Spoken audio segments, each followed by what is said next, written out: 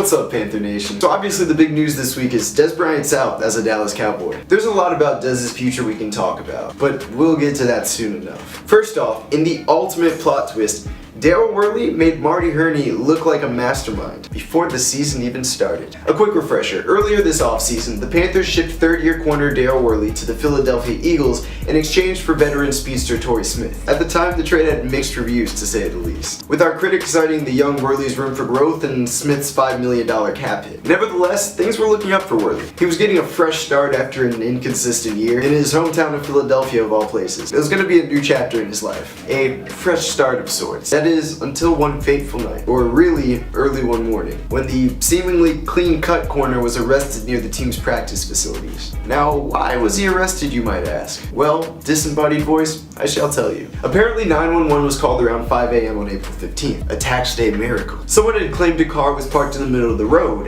making it impossible to pass. Oh, and minor detail, the road was a highway exit. So the police arrive at the scene. You know, an exit on a highway, and to their surprise, who do they find? None other than sleeping NFL cornerback Daryl Worley. One officer reluctantly asked Worley to sign his Philly cheesesteak for his son. No, that part didn't happen. I'm just making sure you're paying attention. But here's where the story gets interesting. Surprisingly, Worley wasn't arrested for being asleep in the middle of the road. Again, the road being a highway exit. That fact is so crazy to me. Instead, it was because he refused to cooperate in any way. Reports claim that he then became combative towards the officers, which is likely more tame an adjective than they wanted to use. This because his hostility escalated to the point where Worley was tased, which kinda sounds like a difficult place to get to, considering the non-violent nature of his crime. And just like that, the young corner was tased and detained. Hit with 6 charges, including felony firearms possession and disorderly conduct. Only a few hours would pass before he was able to confirm the inevitable.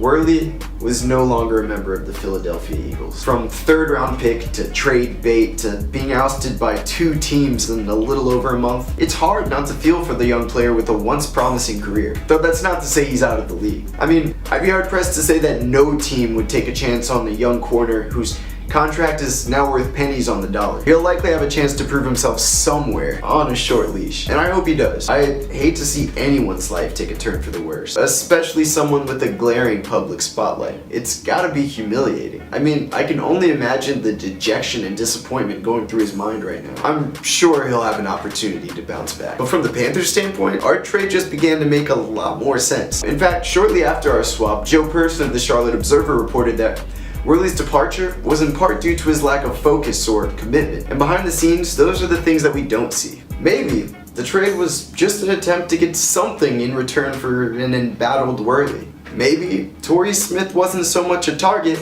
as a compromise. And if that's the case, well then, maybe Hurney still considers receiver among our most prominent needs. Which brings us to the one everybody's talking about. After meeting with Jerry Jones, the Cowboys and Dez Bryant mutually agreed to part ways. Mutually. Presumably after Bryant refused to take any kind of cut to his $17 million a year contract. Which is, and this is true, a lot. Actually among the highest in the league. Now the question here is Dez worth the dough? Well, statistically, not quite. The 30-year-old hasn't eclipsed 1,000 yards since 2014. He's even failed to record 100 yards in a game since November of 2016. Just days before America and this man said their vows. And that's when he's on the field. He's been killed with injuries these last few years, and some are really taking a toll on him. He just doesn't have the speed and quickness that he used to have. And that used to that he had was still average at best. Still, he's generating a bunch of interest in the market and is gonna have a ton of leverage when it comes to negotiating contracts. So the question you've all been asking, should the Panthers throw their hat in that ring? Well, in short,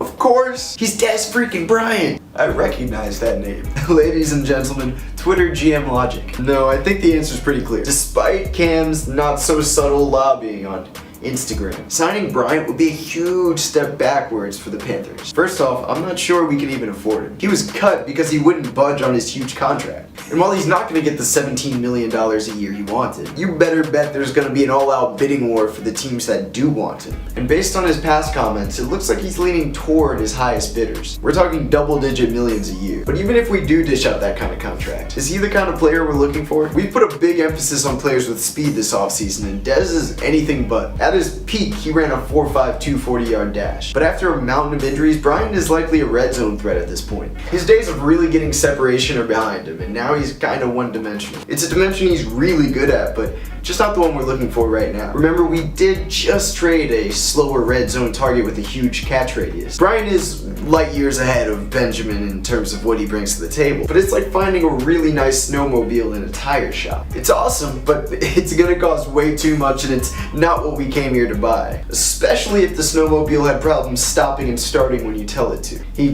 doesn't have the best track record in the locker room. I'm sure Bryant will find resurgence somewhere where he can be a role player. Somewhere like New York, where he can come in, start opposite OBJ, and shine as a red zone threat. He never did click with Dak Prescott, and he can be a Brandon Marshall for someone out there. But that somewhere won't be here. At least it shouldn't be. You shouldn't buy a snowmobile when what you need is a tire. Well, that is all we have for you today, Panther Nation. If you like what we do, show us some love and hit that subscribe button. And while you're down there, why don't you like it and share it too? After all, the best things in life are free. And don't forget to give us your thoughts on Dez Bryant in the comment section. You think he's going to Baltimore? You think he's gonna take a huge pay cut? You think I'm horribly wrong? We really just want to hear your point of view. And let's get this discussion going. I will see your beautiful faces soon. Stay blue, my friends.